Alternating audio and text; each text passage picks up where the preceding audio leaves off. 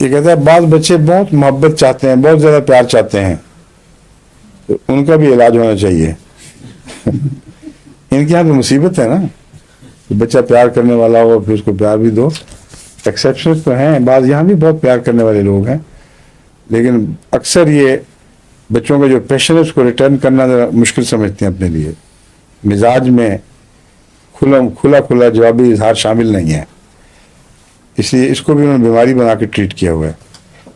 کہتے ہیں پرسٹیلا، فاسفورس، کلکیریا فاس، اور یہ ساری چیزیں بچے میں جو محبت کی خواہش ہے اس میں کمی پیدا کر دے گی.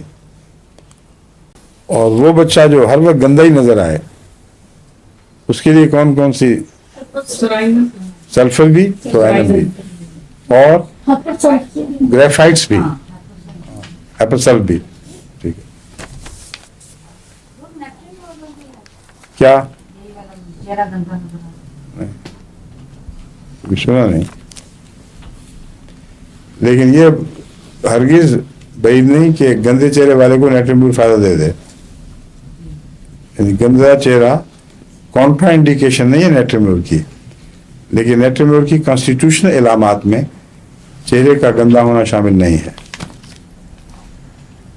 چہرے کا گندا ہونے سے عجیب قابل بیان ایسی بات نہیں ہے جو آسانی سے بیان ہو سکے، کیونکہ بعض لوگ منہ دھو کے تیار ہو کے بھی آئیں تو چہرہ گندا گندا لگتا ہے.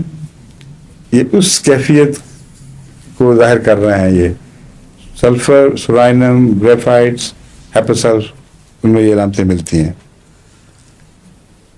اس نے صرف سلفر دی ہوئی ہے.